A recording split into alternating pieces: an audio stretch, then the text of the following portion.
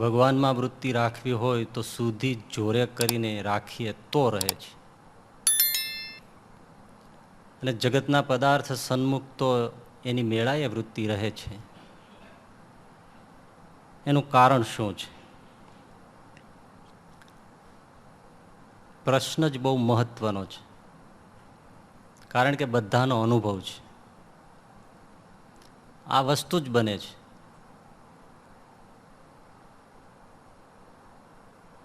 માળા લઈને બેસીએ, પૂજામાં બેસીએ, ધ્યાનમાં બેસીએ, માનસીમાં બેસીએ,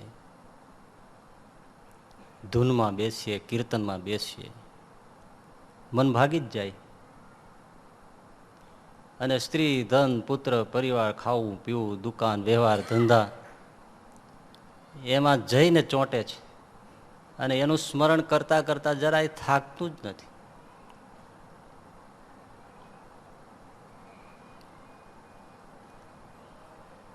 એના ઉત્તરમાં શ્રીજી મહારાજે એમ કહ્યું કે જે ભગવાનનો ભક્ત હોય એને તો ભગવાનમાં જ વૃત્તિ રહે, અને જો નથી રહેતી તો એ ભક્ત જ થયો નથી, મૂળમાંથી જ કાપી નાખ્યું.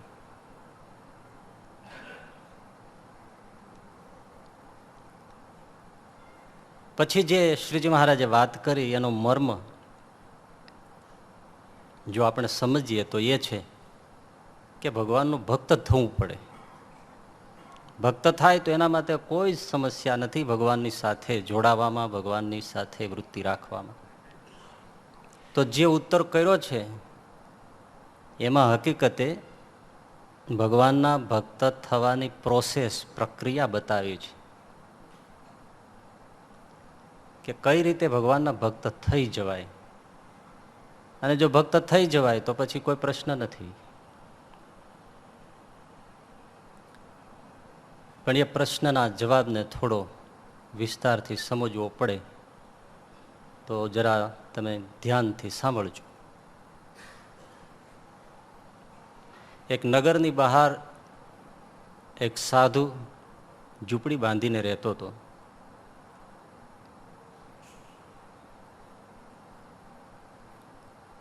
નગરમાંથી ભિક્ષા માગીને પોતે ભોજન કરી લેતો અને બાજુમાં વહેતી નદીમાં સ્નાનાદિ કરી અને પોતાનું જીવન ગુજારતો. કોઈ ભક્તો આવે તો એની સાથે થોડી વાતચીત કરતો. પરંતુ એના જીવનમાં એક ઘટના રોજ બનતી, સતત બનતી. કારણ કે એનું ઝૂંપડું જરા પહાડ ઉપર, પર્વત ઉપર, ઊંચાણ ઉપર હતું, તો ત્યાંથી એ પૂરા નગરનું દર્શન કરી શકતો. તો એ નગરમાં એક વેશ્યાનું વિશાળ ભવન હતું, રોશનીથી ઝળહળતું. દિન હોય કે રાત હોય એનું ભવન સ્પષ્ટ દેખાય. લોકોની આવન જાવન પણ જોઈ શકે. એટલે સાધુ સતત પેલી વેશ્યાના જીવનને ઘૃણા કરે કે આને જીવન કહેવાય? વ્યભિચાર કરવો, દુરાચાર કરવો, પાપાચાર કરવો, મનુષ્યનું શરીર શું આ ભોગ વિલાસ માટે જ મળ્યું છે? આવી પાપીણી, આવી દુષ્ટા શું કરે છે આ લોકો? પણ વારંવાર ત્યાં નજર જાય ને એના વિશે જ વિચાર્યા કરે. લોકો આવે તો સત્સંગમાં પણ આ વિશે થોડું તો આવે જ. આ એની રોજની પ્રક્રિયા હતી. બીજી બાજુ વેશ્યાનું ભવન ઊંચું હતું, એની અટારીમાં જ્યારે જ્યારે બેસતી ત્યારે તેને ત્યાંથી સાધુનું ઝૂંપડું દેખાતું. સાધુ જ્યારે ભિક્ષા લેવા નીકળતો કે નદીમાં સ્નાન કરવા ઉતરતો ત્યારે વેશ્યાને એમ થતું કે કેવું સરસ પવિત્ર જીવન છે. રામનું નામ લેવું, રામનું કામ કરવું, રામની પૂજા કરવી, રામની વાત કરવી.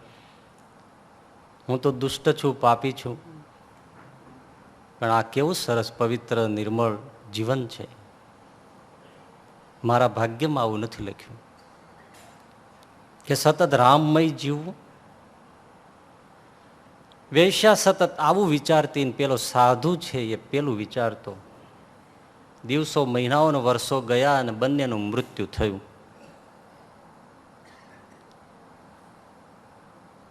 વેશ્યાની સદગતિ થઈ અને સાધુની દુર્ગતિ થઈ. ખરેખર સાધુની સદગતિ થવી જોઈએ અને વેશ્યાની દુર્ગતિ થવી જોઈએ, પણ ઉલટું થયું. એનું કારણ એ છે કે પેલી વેશ્યાએ ઇનડાયરેક્ટલી, આડકતરી રીતે પણ સતત રામ રામનું સ્મરણ કર્યું, અને પેલા સાધુએ સતત આડકતરી રીતે કામનું, વ્યભિચારનું, સ્ત્રીનું, સંસારનું, ભોગનું, પાપનું સ્મરણ કર્યું. મન એવું મનુષ્યાણામ કારણમ બંધ મોક્ષયો. ક્યાં મન લાગ્યું છે એના આધાર ઉપર આપણી ગતિ થાય છે. ક્યાં છીએ એના આધારે નહીં, ક્યાં મન લાગ્યું છે એના આધારે ગતિ થાય છે. મનથી જ બંધન છે, મનથી જ મોક્ષ મળે છે. વેશ બદલવાથી નથી મળતો. મનથી જ સુખ મળે છે, મનથી જ દુઃખ મળે છે, મનથી જ પ્રગતિ થાય છે, મનથી જ અધોગતિ થાય છે, મનથી જ જીવનમાં સફળતા મળે છે અને મનથી જ નિષ્ફળતા મળે છે. મન કે હારે હાર, મન કે જીતે જીત. દરેક ક્ષેત્રમાં મન કેન્દ્રમાં છે. શરીરથી જીવીએ એના કરતાં બહુ જ મોટો ભાગ આપણે મનથી જીવીએ છીએ. એટલે મનને પ્રથમ સમજવાની બહુ જરૂર છે, કારણ કે એનાથી જ બધી ગતિ છે.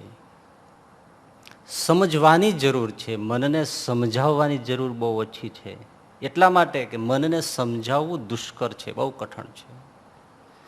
જે લોકો મનને સમજાવવાનો સમજ્યા વગર પ્રયત્ન કરે છે એ નિષ્ફળ જાય છે. મનને સમજાવવું બહુ કઠણ છે. ખરેખર તો આખી દુનિયાને સમજાવનારો પોતાના મનને સમજાવી નથી શકતો. એનાથી ઇતિહાસો ભર્યા પડ્યા છે. અરે એવા વકીલો થયા છે એડવોકેટ, કે 2-5 ક્ષણોમાં, મિનિટોમાં તમારા ગૂંચવાયેલા ગમે તેવા કેસ હોય, એની ફાઇલો હોય ને ક્ષણમાં ઉકેલી નાખે. કોઈ ન સમજાવી શકતું હોય એવો અઘરો ગૂંચવાયેલો કેસ ધુરંધર જજને પળ ક્ષણોમાં ગળે ઉતારી દે છે વાત, અને અસીલને જીતાડે છે. એવા ધુરંધર હોશિયાર વકીલો છે. પરંતુ એવો હોશિયાર વકીલ આજ દિન સુધી કોઈ દિવસ પોતાની પત્નીને સમજાવી નથી શક્યો.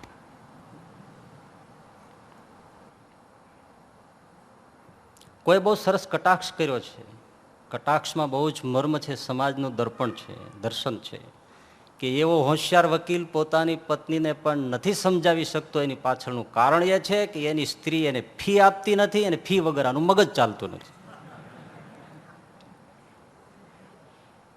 હવે એના જે અર્થ કરવા હોય કરી શકો છો, પણ મૂળ વાત પાડોશી, પિતરાઈ અને પત્ની ત્રણને કોઈ સમજાવી શકતું નથી. તમારો અનુભવ શું કહે છે? તમે કોઈ તમારી પત્નીને સમજાવી શક્યા હોત, આંગળી ઊંચી કરો. એવી જ રીતે પોતાના મનને, અર્થાત જે આપણી અતિ નજીક હોય એને સમજાવવા બહુ કઠણ છે. દૂરનાને સમજાવી શકાય છે. મન આપણે બહુ નજીક છે. મોટે ભાગે તો મન એ જ આત્મા, એ રીતે આપણે જીવીએ છીએ. આપણા જીવનનો આત્મા તો મન છે, એમ જીવીએ છીએ. જુદું ક્યાં પડ્યું છે? એટલે મનને સમજવાની જરૂર છે, સમજાવવાની જરૂર નથી. રાજેન્દ્ર શુક્લ કવિ છે, એમણે બહુ સરસ થોડી પંક્તિઓ લખી છે, પણ ઓલ ફિલોસોફી એની અંદર મૂકી દીધી છે, મન વિશેનું તત્વજ્ઞાન. ખરેખર એ પંક્તિઓ લખી તો સાંભળીને એને સલામ કરવાનું મન થાય, એવી સરસ પંક્તિઓ મન વિશે. મનને સમજાવો નહીં, મનને સમજાવો નહીં કે મન સમજતું હોય છે. આ સમજ, આ અણસમજ એ ખુદ સર્જતું હોય છે. છેને કલ કોલાહલે, છેને કલ કોલાહલે સાવ મૂંગું મૂઢ સમ. એકલું પડતા તો કેવું ગરજતું હોય છે. એક પલકારામાં જ વિંધાય તો વિંધી શકો, એક પલકારામાં જ વિંધાય તો વિંધી શકો, બીજી ક્ષણે તો સામા સાજ સજતું હોય છે. મનને સમજાવો નહીં કે મન સમજતું હોય છે. આ સમજ અને આ અણસમજ એ ખુદ સર્જતું હોય છે. બધી ફિલોસોફી આમ આવી ગઈ. સાધુને મુખે આવા શબ્દો ન નીકળે એ એક ગ્રહસ્થે આ પંક્તિઓ લખી છે. અદભુત છે ને કલ કોલાહલે સાવ મૂંગું મૂળ સમ. સંસારના કોલાહલમાં જાણે મનનું અસ્તિત્વ જ નથી એમ આપણને નિર્ભાર જીવન લાગે છે. એકલા પડતા તો કેવું ગરજતું હોય છે. માનસી પૂજા કરીએ, ધ્યાન કરીએ, પૂજા કરીએ, માળા કરીએ, એકલા પડીએ છે ને એટલે ગરજે છે, એટલે એનું તોફાન શરૂ થઈ જાય છે. એટલે મનને સમજાવો નહીં કે મન સમજતું હોય છે. આ સમજ આ અણસમજ એ ખુદ સર્જતું હોય છે. સમજવાની જરૂર છે. સમજ્યા પછી સમજાવવાની કોશિશ બહુ ઓછી જ કરવી પડે છે.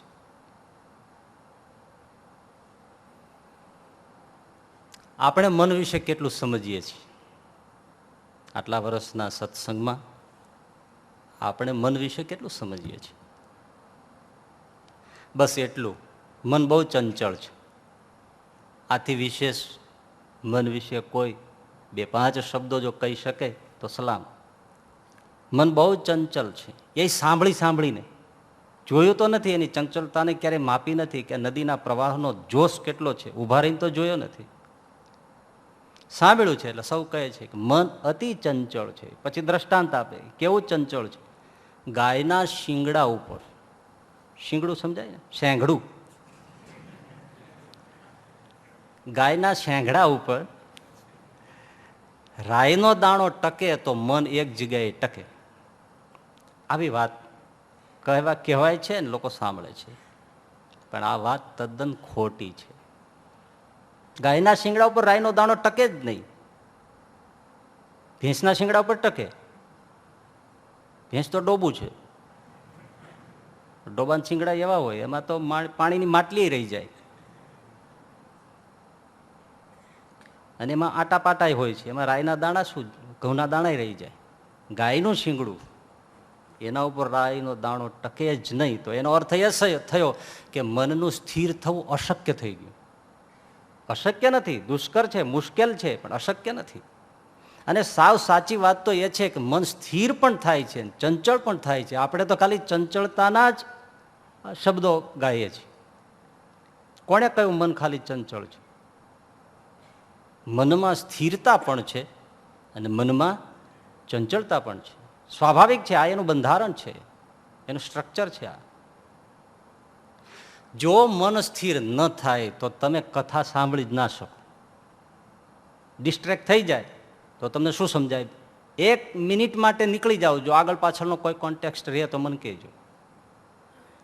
તો તમે અત્યારથી અહીંયા સુધી જ્યાં સુધી સાંભળ્યું છે તો મન સ્થિર થઈને સાંભળે જ છે ને. મન સ્થિર થાય છે. મન સ્થિર થતું ન હોય તો કોઈ વિદ્યાર્થી એક પણ દાખલો ગણી ન શકે, એનો જવાબ ન લાવી શકે. મન સ્થિર ન થતું હોય તો તમે કોઈ હિસાબ કિતાબ કરી ન શકો. મન સ્થિર ન થતું હોય તો નિશાનેબાજ કોઈ નિશાન પાડી ન શકે. મન સ્થિર ન થતું હોય તો નટ દોરડા ઉપર ચાલી ન શકે. કહો, સ્થિર થાય છે કે નહીં?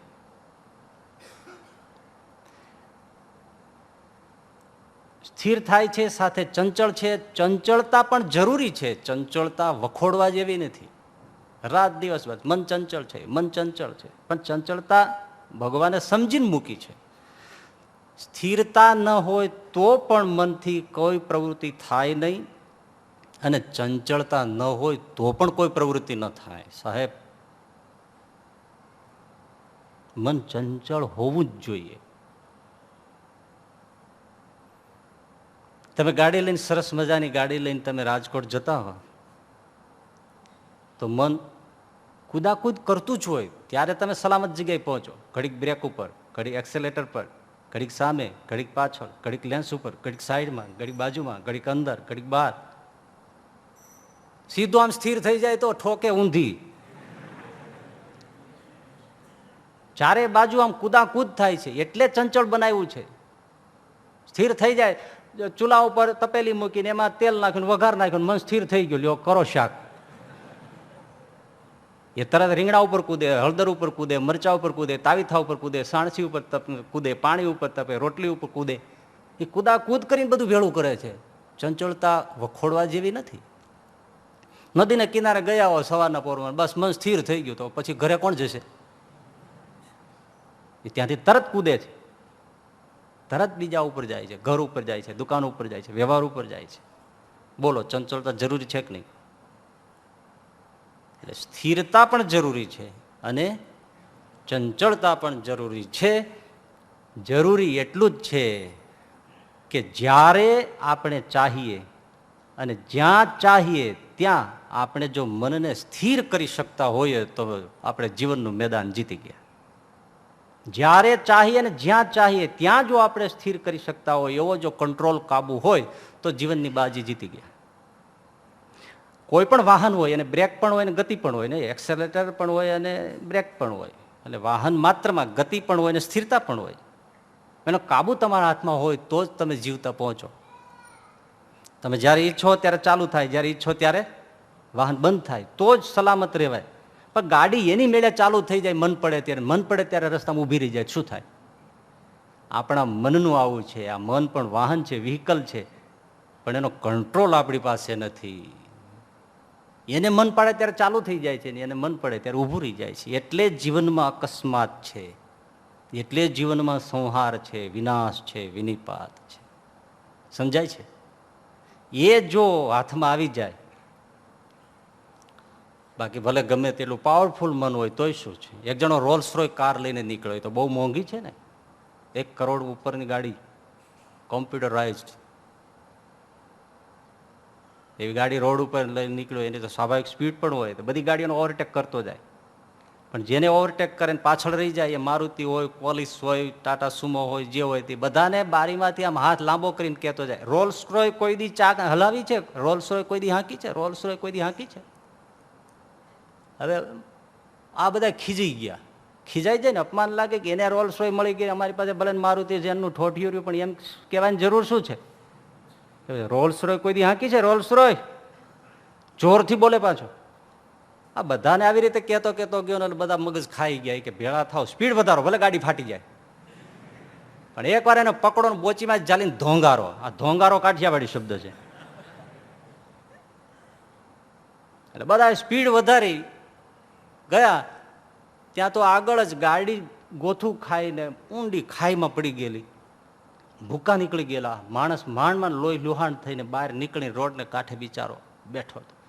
આ લોકો આવ્યા, બીજું બોલવા કરતા પેલા એ જ બોલ્યા, ભગવાને અહંકારનું ફળ આપ્યું ને, રોલ્સ રોય હાંકી છે કોઈ દી? રોલ્સ રોય મળ્યું ને ફળ? ઓલો કે ભાઈ સાહેબ એવું કશું નહોતું, અહંકાર નહોતો. હું એ પૂછતો હતો કે રોલ્સ રોય હાંકી હોય તો બતાવો કે આની બ્રેક ક્યાં હોય છે.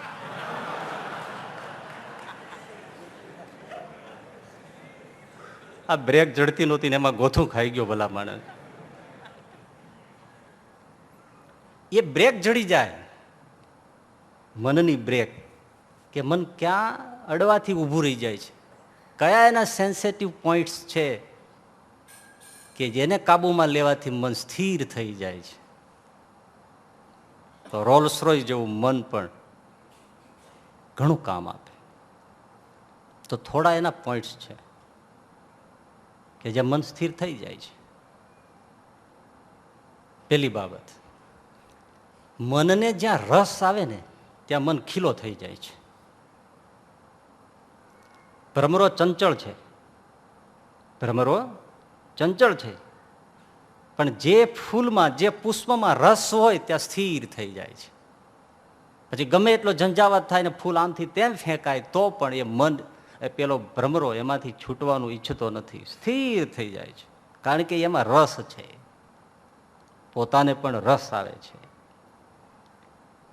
તમારું નાનું બાળક હોય, કેટલી ધમાલ કરતું હોય, પણ ટીવી ઓન કરીને ચાલુ કરીને કેવું સ્થિર થઈ જાય છે?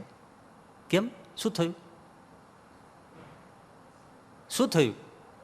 એને રસ આવ્યો ને, ધમાલ કરતું હતું, આખું ઘર ઊંચું લેતું હતું, આખી સોસાયટી ઊંચું લેતું હતું, આખું ગામ ઊંચું લેતું હતું, પણ ટીવી ઓન કરી આપો એટલે હલતું જ નથી, ઊંડા ગોઠણ નાખીને બેસી જાય છે. રસાનુભૂતિ મનને જ્યાં થાય છે ત્યાં મન સ્થિર થઈ જાય છે. એક. બીજું, સુખાનુભૂતિ જ્યાં થાય છે ત્યાં મન સ્થિર થઈ જાય છે, સુખનો અનુભવ. અને જીવ પ્રાણી માત્ર કીટ પતંગથી લઈને મનુષ્ય સુધી બધા જ જીવો, બધા જ પ્રાણીઓ સુખને ઈચ્છે છે, કોઈ દુઃખને ઈચ્છતું નથી. એટલે જીવ પ્રાણી માત્રને જ્યાં સુખની અનુભૂતિ થાય ત્યાં રોકાઈ જાય છે. નાનો કીડો પણ છાંયો ગોતે છે ઉનાળામાં, સુખની અનુભૂતિ થાય. જ્યાં એને સુખ દેખાય છે મન સ્થિર થઈ જાય છે.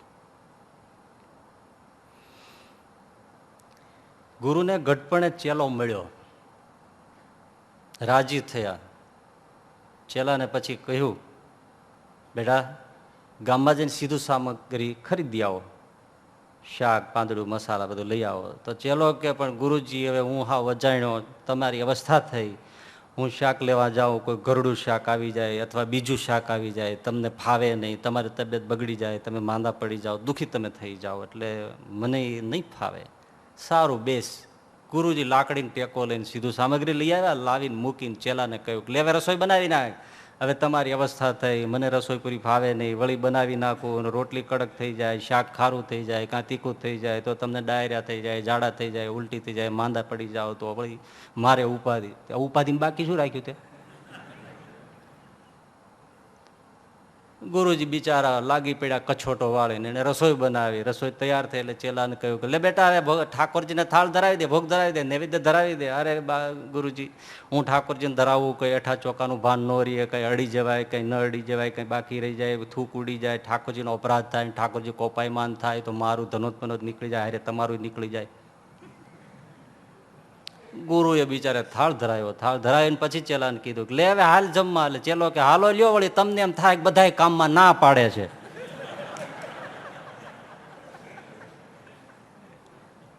ખાવું પીવું હરવું ફરવું જોવું એ આદિક જે શબ્દ સ્પર્શ રૂપ રસ ગંધ એ પંચ વિષય છે, એમાં મનને સુખની અનુભૂતિ થાય છે એટલે તરત તૈયાર થઈ જાય છે. અને જ્યાં દુઃખનો અનુભવ થાય છે ત્યાંથી મન ભાગી જાય છે. વિષયોમાં સુખ છે એટલે ચોંટે છે, સુખની અનુભૂતિ થતી હોય તો. આ તો બધા કથામાન સાધુમાન સાંભળીને ગ્રહસ્થોય મારા બોલતા હોય છે, સંસારમાં કઈ સુખ નથી ને, તો બધા ઝાંઝવાન જળ છે, એમાં બધું કાંઈ ને કોરી રેતીના ફાંકવા જેવા ફાંકડા છે. તે ભાઈઓ આવે ને અહીંયા શું કરો ને ત્યાં મર્યો તું. રસ આવે છે તો જાય છે ને. આ સાપ નીકળે વીછી નીકળે તો કોઈ હાથમાં જાય લો, અને રૂપિયો પીડ્યો હોય તો ગીંજામ નાખી દી. પેલામાં પ્યોર દુઃખની અનુભૂતિ છે. તો એનો અર્થ એ છે કે સંસારના વિષયોમાં, સંસારમાં, ગ્રહ સંસારમાં જ્યાં ચોટ્યા છે બધા, ત્યાં સુખની અનુભૂતિ હોય તો જ વખોડવાનું રહેવા દો. સુખની અનુભૂતિ થાય છે તો જ ચોંટ્યા હોય, નહીં તો ચોંટે જ નહીં. સ્વાભાવિક છે. એટલે સંસારમાં સુખ નથી એ વાત બહુ સાચી છે. બોલો અત્યારે બધા ના પાડશે. હા એટલું ખરું કે દુઃખ મિશ્રિત સુખ છે, નાશવંત સુખ છે, અલ્પ માત્રામાં છે, ક્ષણિક છે. પણ ભાઈ વિચાર કરો, ક્ષણિક હોય કે અલ્પ માત્રામાં હોય, પણ એની તીવ્રતા પ્રગાઢતા કેટલી કે હિમાલય જેવડા દુઃખને પણ ન ગણકારીને એક ક્ષણના સુખ માટે કેવો લાલાયત થાય છે, કેવું લાલાયત થાય છે, કેટલા કષ્ટો સહેવા તૈયાર થઈ જાય છે, કેટલા ઝેરના ઘૂંટડા પીવા તૈયાર થઈ જાય છે. તો એક ક્ષણિક અલ્પ સુખની પણ તીવ્રતા કેટલી કે જે બધા દુઃખને સહેવા માટે તૈયાર કરે છે. તો સુખની અનુભૂતિ થાય છે એટલા માટે સંસારમાં છે, એટલા માટે વિષયોમાં મન જોડાય છે, એટલા માટે સંસારમાં મન જોડાય છે. તો બીજું, સુખાનુભૂતિ જ્યાં થાય ત્યાં મન જોડાય છે. ત્રીજું, જ્યાં લાભ દેખાય ત્યાં મન જોડાય. લાભ દેખાય ત્યાં જોડાય. તમારો નાનો છોકરો હોય ને, પેલા ભણવામાં બહુ કાહળાઈ કરતો હોય, દાંડાઈ કરતો હોય, આડોડાઈ કરતો હોય, પણ થોડો સમજદાર થાય પછી 10માં 12માં કેવો લાગી જાય છે. લાભ દેખાઈ ગયો કે હવે જો હું બરાબર નહીં ભણું ને તો મારી કોઈ કેરિયર બનવાની નથી, મને કોઈ સારો ધંધો નોકરી કોઈ કાંઈ મળવાનું નથી. તો ભણવામાં કેવા, અને જે વિદ્યાર્થીઓ જે તપ કરે છે, ઉજાગરા કરે છે, સાધના કરે છે, એટલી સાધના જો સાધક ભગવાનને અર્થે કરે તો ભગવાન તો આવીને ઉભા રહે. લાભ દેખાયો તો મન લાગી ગયું ને. રાતના ઉજાગરે 1-1 કલાક નાહીને મોઢામાં આંખોમાં પાણીના સ્પ્રે મારી મારીને જાગે. ઘણા તો પરીક્ષાઓ પર આંખમાં મરચું આંજે, ઊંઘ ના આવે. આટલું કષ્ટ સહે કેમ? લાભ દેખાયો છે ને. પર્સન્ટેજ જો મને 10માં 12માં સારા મળી ગયા તો મને મારી જીવનની આખી કેરિયર ખુલી જશે. ખરું? લાભ દેખાય ત્યાં. એક છોકરો સ્કૂલમાં મોડો આવ્યો એટલે સાહેબે એને ધમકાયો. પ્રાઇમરીનો છોકરો હતો. કેમ ટીનું મોડો આવ્યો? સાહેબ પેલા મનુનો રૂપિયો ખોવાઈ ગયો હતો ને, એટલે બધા ગોતાવતા હતા એટલે મોડું થયું. તે બધા ગોતાવતા હોય તેને ગોતવા દેવાય ને, તારે મોડું આવે ને શી જરૂર? પણ સાહેબ એ રૂપિયો મારા પગ નીચે હતો ને. છોકરો કેટલી વાર સ્થિર થઈને ઊભો હશે? રૂપિયો દેખાઈ ગયો. ચોથી બાબત, જ્યાં પ્રેમાનુભૂતિ થાય છે ત્યાં મન સ્થિર થઈ જાય છે. જે જગ્યાએ પ્રેમ મળશે, પ્રેમનો અંશ દેખાશે, મન સ્થિર થઈ જાય છે. પુત્રમાં માતાને પ્રેમ છે તો મા પુત્ર ઉપર સ્થિર થઈ જાય છે. ગમે ત્યાં હશે એનું સ્મરણ કોનું હશે? પુત્રનું હશે. પતિમાં સ્નેહ હોય નવા નવા તો ક્યાં સ્થિર થાય છે? નવા નવાની જ વાત છે. જ્યાં પ્રેમ છે, પ્રેમની અનુભૂતિ થાય છે ત્યાં મન સ્થિર થઈ જાય. તો રસાનુભૂતિ, સુખાનુભૂતિ, લાભની અનુભૂતિ અને પ્રેમાનુભૂતિ જ્યાં થાય છે ત્યાં મન સ્થિર થાય છે. સંસારમાં આ ચારેયની અનુભૂતિ થાય છે માટે મન સંસારમાં સ્થિર થાય છે. ભગવાનમાં સ્થિર નથી થતું એનો અર્થ એ છે કે ત્યાં રસ આવતો નથી, સુખ આવતું નથી, લાભ દેખાતો નથી, પ્રેમ નથી. હવે જો આમાંથી એકાદાનો પણ જો અનુભવ થાય તો મન વગર કહે ભગવાનમાં લાગે. તો હવે શું કરવું? હા, અહીંયા સભા છૂટ્યા પછી સૂચના આપવામાં આવે કે ભાઈ 2-3 વર્ષનું ચિલ્લર, ગલાપેટી, દાનભેટ, એના રોકડ, રૂપિયા, તે બધું બહુ ભેળું થઈ ગયું છે, સમય મળ્યો નથી ગણવાનો. તો આ સભા પૂરી થાય ત્યારે 10-15 યુવકો રોકાય. 3 કલાક જેવું થશે, પણ ગણીને બધું નોખું કરવું છે. મને કહો કેટલા રોકાય? ઘેરે જવું હોય, દૂર જવાનું હોય, સભામાં બેસી બેસીને બોરિંગ થઈ ગયા હોય, થાક્યા હોય, કોઈ રોકાય નહીં. રોકાય? ના રોકાય. પરંતુ એમાં એમ કહેવામાં આવે કે ભાઈ આ તો ખાલી હિસાબ કિતાબ રાખવા માટે અલગ અલગ બધું કરવાનું છે, ગણવાનું છે, પણ જે જેટલું ગણે તેટલું એને લઈ જવાનું છે ઘેરે. પડાપડી જોવો, કોઈ ખીચડી ખાવાય ના જાય. 15 જણા લેવાના હોય ને 150 જણા આવીને ઉભા રહે અને ધક્કા મૂકી થઈ જાય. આપણે કહીએ 15 લેવાના લેવાઈ ગયા, એમાંય લાગવગ તમારા ખાંધિયાઓને જ નાખી દીધા. સાધુઓ બધા જરૂર હોય તો અમને બોલાવે છે ને બાકી એના મળતી આવે એને બધા લઈ લીધા. અમે શું સંસ્થા નથી કજાણા, આ બધા ધમાલ ધમાલ પોલીસ બોલાવવી પડે. કેમ? રૂપિયો દેખાઈ ગયો, લાભ દેખાણો ને. એમ જો ભગવાનમાં લાભ દેખાય તો મનને રસ આવી જાય. એટલે ઘણા પૂછતા હોય છે કે ભાઈ ભગવાન ભજીએ, દર્શન કરીએ, માળા કરીએ, પૂજા કરીએ, જપ કરીએ, બધું કરીએ, પણ એનાથી લાભ શું? પહેલો ક્વેશ્ચન, લાભ શું? લાભને સમજવો જોઈએ. ભલે આટલા વર્ષ આપણને સત્સંગમાં થયા તો પણ લાભને સમજવો જોઈએ. સમજો કે મેળામાં માતા પિતા સાથે બાળક ફરવા ગયું હોય અને અચાનક મા બાપથી બાળક છૂટું પડી ગયું. હવે એ બાળકે કંઈ ગુમાવ્યું? બાળકે કંઈ ગુમાવ્યું? શું ન ગુમાવ્યું એમ કહો? સર્વસ્વ ગુમાવ્યું. રડે છે, દુઃખી થાય છે, બધું જ ગયું, માવતર સાથેનું બધું ગયું. કોઈ કહે એને ભાઈ થોડું ખાવાનું આપી દો, કોઈ કે રમકડા આપી દો, કોઈ કે અનાથ આશ્રમમાં મૂકી દો, પણ એનાથી બાળકનું ભલું શું થવાનું? પરંતુ એમાં કોઈ એક સજ્જન માણસ આવે અને એ બાળકને તેડી લે અને બહુ મહેનતને અંતે એના માતા પિતાને ગમે તેમ ખોળીને એના માતા પિતાને એ બાળક સોંપી દે. હવે કહો બાળકને શું મળ્યું? સર્વસ્વ મળ્યું, આરામ મળ્યો, આશ્રય મળ્યો, શાંતિ મળ્યું, જીવનનું પોષણ મળ્યું. અરે મા બાપનો મિલકતનો તમામ વારસો મળ્યો માવતરના ખોળામાં જવાથી. બસ એવી જ રીતે આ જગતના મેળામાં આપણે બધા ભૂલા પડી ગયા છીએ. માવતર એટલે પરમ પિતાથી વિખૂટા પડી ગયા છે. આપણને બાળકની જેમ ખબર નથી કે આપણે શું ગુમાવ્યું છે.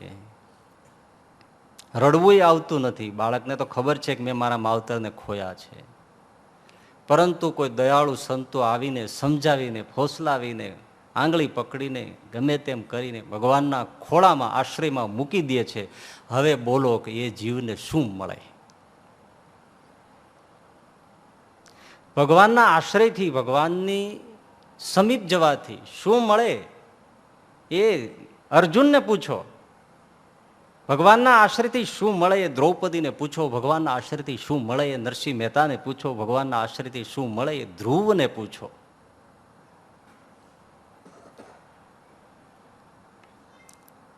ઉત્તાનપાદ રાજાના બંને દીકરા ઉત્તમ અને ધ્રુવ. ઉત્તમની માં સુરુચિ એ માનીતી અને ધ્રુવની માતા સુનીતિ અણમાનીતી. ઉત્તમ એમનો ભાઈ એ પિતા ઉત્તાનપાદના ખોળામાં બેઠો હતો, ધ્રુવ બેસવા ગયા. કથા જાણો છો ને? કારણ અપર માતાએ મેણું માર્યું કે હટ અહીંથી, તને બેસવા ન દઉં. મારી કુખે જન્મ લે તો તને ત્યાં બેસવાનો અધિકાર મળે. ધ્રુવને બહુ દુઃખ થયું. માતા પાસે રડ્યા. માએ કહ્યું કે બેટા, પરમ પિતાને આ ગોદમાં બેસવા જેવું જ છે, આરાધના કરો. અને ધ્રુવજી સર્વસ્વ છોડીને ભગવાનની આરાધના માટે નીકળી ગયા. જેવા નગરની બહાર ગયા ત્યાં નારદજી મળી ગયા.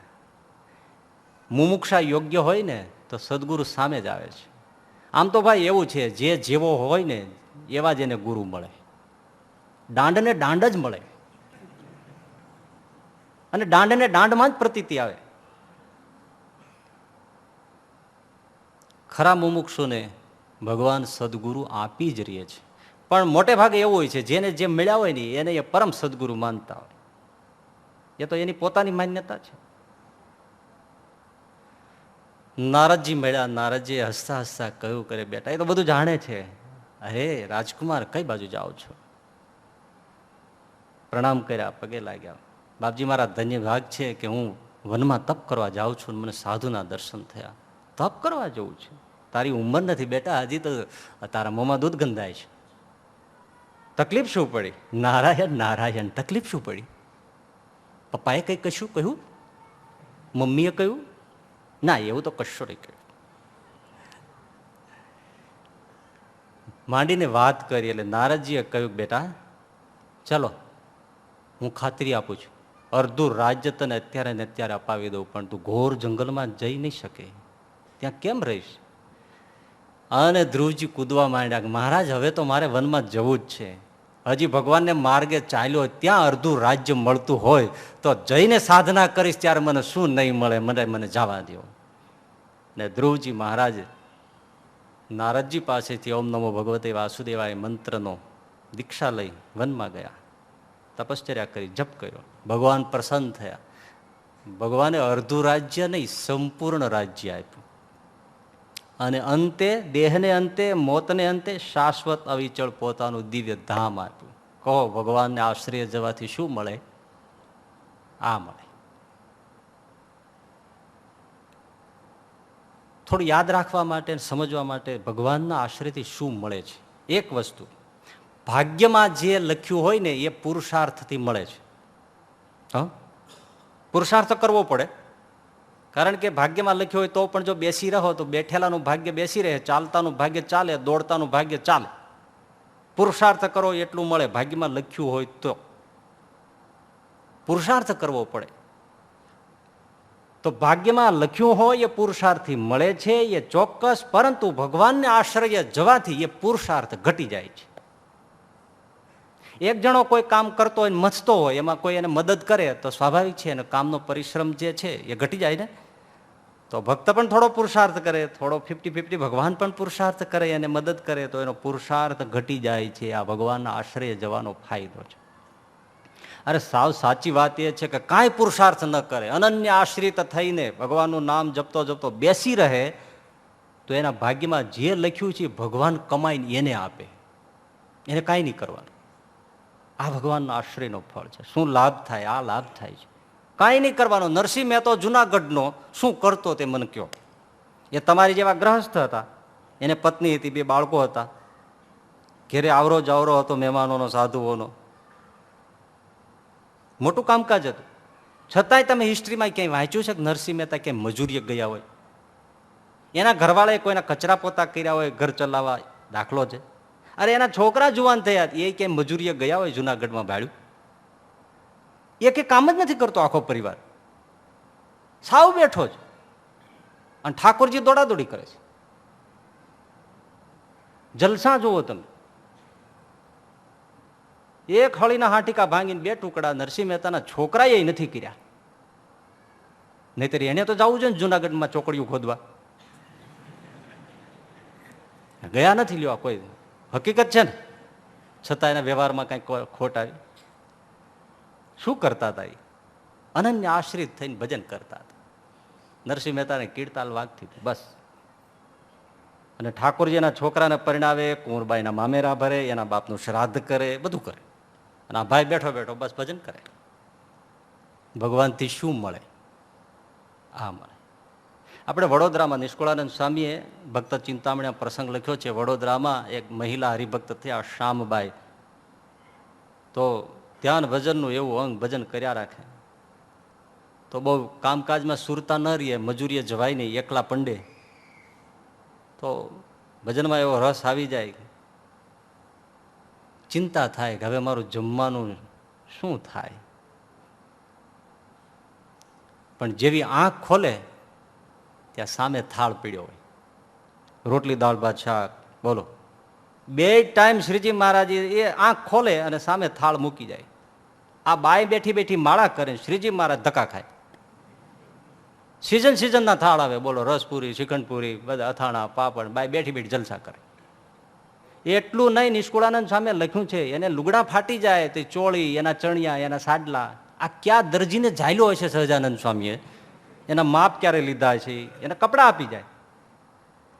એક દિવસ નહીં, વર્ષો સુધી આવી રીતે બાઈની મજૂરી ભગવાન સ્વામિનારાયણે વડોદરામાં કરી. શ્યામબાઈની કપડાં આપી જાય, ખાવાનું આપી જાય, પીવાનું પાણી આપી જાય. બાઈ બેઠી બેઠી ભજન કરે. બોલો ભગવાનના આશ્રયથી શું મળે? બીજું, ભાગ્યમાં લખ્યું હોય પુરુષાર્થથી મળે, ભાગ્યમાં ન લખ્યું હોય એ પણ ભગવાનના આશ્રયથી મળે. સુદામાના ભાગ્યમાં લખ્યું હતું શ્રી ક્ષય. શ્રી એટલે લક્ષ્મી, ક્ષય એટલે નાશ. લક્ષ્મીનો નાશ એટલે કોઈ કોડી દામ એની પાસે હોય નહીં, આવું સુદામાના ભાગ્યમાં લખ્યું હતું. પણ સુદામા દ્વારિકા આવ્યા, ભગવાન શ્રી કૃષ્ણના ચરણમાં માથું મૂક્યું. તમે રબર સ્ટેમ્પ જોયો છે ને, એમાં બધા અવળા અક્ષર હોય. સ્ટેમ્પની અંદર બધા અવળા હોય, પણ તમે આમ છાપો ને બધા હવળા થઈ જાય. એમ આ મસ્તકમાં બધું અવળું હોય, પણ ઠાકોરજીના ચરણમાં મસ્તક ચાપો ને બધું હવળું થઈ જાય. ભગવાનના આશ્રયથી શું મળે? બસ માથું ચાપે ત્યાં બધા અક્ષરો અવળા હોય, હવળા થઈ જાય. હે કરુણાના કરનારા, તારી કરુણાનો કોઈ પાર નથી. અરે અવળી હવળી કરનારા, તારી કરુણાનો કોઈ પાર નથી. જુનાગઢના બાઉદીન, આજે પણ બાઉદીન કોલેજ ઊભી છે, મુસલમાન પરિવાર, યુવાન છોકરો, એક એની બેન, માં, ગરીબ પરિવાર, લાકડા વીણી વીણી ગુજારો કરે. પણ એ ગુણાતીતાનંદ સ્વામી, નારાયણ દરેથી રામાનુજાનંદ સ્વામી વગેરે આવતા હતા. અને એમાં રામાનુજાનંદ સ્વામી, એને ઠંડી ચડી ગયેલી શિયાળાની, સ્વામી ચિંતા કરે કે આ સાધુને જો તપાવીએ ને તો બેઠા થઈ જાય. પણ ત્યાં એ તો બીડી પીતા નહોતા, આજના બાવા હોય તો બધું હોય, એટલે કંઈ હતું નહીં. અને આજના સાધુ બીડી ન પીતા હોય તોય એના રૂમાલમાંથી લાઇટર નીકળે, બધું નીકળે, થેલીમાંથી નીકળે, જોડીમાંથી નીકળે. હવે તો સાવ પેલો જમાનો. એમાં આ બાઉદીન અને એની માં લાકડાનો ભારો બાંધીને જંગલમાંથી આવે. એની માં એને નજર પડી કે સાધુને કંઈક તકલીફ લાગે છે, એટલે કહ્યું કે બેટા બાવલા, બાવલો કહેવાતો, બાવલા જાતો પેલા ફકીરને પૂછને શું કાંઈ તકલીફ છે, સાધુ રસ્તામાં કેમ સૂઈ ગયો છે. એટલે બાઉદીન આવ્યા, એકદમ પ્રણામ કર્યા. બાબા પ્રણામ, હું કાંઈ મદદ કરું? બેટા આને ટાઢ ચડી છે, થોડા લાકડા. અરે અમે કઠિયારા છીએ, હો સામે મારી બા છે, ત્યાં મારા પાર. અરે એ તો તમારું ગુજરાન છે, એને સળગાવી નાખીએ, તમે શું કરશો? કંઈ વાંધો નહીં. દોડતા આવ્યો, બાને કહે બા કે જા લઈ જા જો, અને લાકડા જગાવી આપી. એની પાસે સાધન છે, લાવી જગાવી ધૂણો કરીને તપાવ્યા. સાધુ બેઠા થયા. ગુણાતીતાનંદ સ્વામી આશીર્વાદ આપ્યા, જા આજથી તારે લાકડા કાપવા મીટ્યા. અને એ બાઉદીનભાઈ અને એની બેન બજારમાં ફરવા નીકળ્યા છે. એમાં જુનાગઢના નવાબ રથમાં બેસી નીકળ્યા. તેની બેન લાડલી બેન, એના ઉપર નવાબની નજર પડી તો એને ગમ્યા. એ દિવાનને કોઈ તપાસ કરવા, કોક ખોરડું છે, તપાસ કર્યો તો ખોરડું તો નાનું હતું, પણ હવે રાજાને મન ગમી, છાણા વીણતા એમની સાથે શાદી કરી, રાજમહેલમાં ગયા. બાઉદીનભાઈ પણ રાજમહેલમાં ગયા, એની મા પણ રાજમહેલમાં ગયા. બાઉદીનભાઈના ચબરાકી નવાબ જાણી ગયા, ભણાવ્યા, અને જુનાગઢના દિવાન પદે નવાબે એમને સ્થાપ્યા. અને એમણે બાઉદીન કોલેજ બંધાવી, આજે પણ સાંખપુરે છે. તો એના ઘણા મુસ્લિમ ફકીરો ક્યારેક ક્યારેક કહેતા કે ભાઈ તમે સ્વામિનારાયણનું મંદિર, એ તો હિન્દુઓનું મંદિર છે, તમે ત્યાં વારે વારે સાધુઓ અને ફકીરોને મળો છો ને ત્યાં મથા ટેકવો છો, તો એવું કેમ કરો છો? તો કે ભાઈ હું તો લાકડા વીણતો હતો, આ જે મળ્યું છે ને મને સ્વામિનારાયણના ઓલિયા સાધુથી મળ્યું છે, માટે ત્યાં માથું ન ટેકવું તો ક્યાં ટેકવું? એક સાધુ જો રંકમાંથી રાજા કરી શકતો હોય, નસીબમાં ન હોય આપી શકતો હોય, તો પરમાત્મા શું ના આપે? અવળી હવળી કરી નાખે. આ ભગવાનના આશ્રયનું ફળ છે. અવળી હવળી એટલે કેવી, એને આવડે એવું કોઈ ન આવડે. નરસિંહ મહેતાની વાત ફરીથી, એ મજૂરિયાત કઈ જાતો નહોતો મહેતાજી, પૈસાની ખોટ પડી, ખાવાની તકલીફ હતી, હતું કાંઈ નહીં. અવળું હવળું કેવું થાય? દ્વારિકા જતો સંઘ જુનાગઢમાં આવ્યો, અને ઓલા તરકટીઓ અને ભટકાઈ ગયા. પૂછ્યું કે ભાઈ અહીંયા કોઈ પેઢી એવી છે કે હુંડી લખી આપે? હુંડી એટલે ચેક,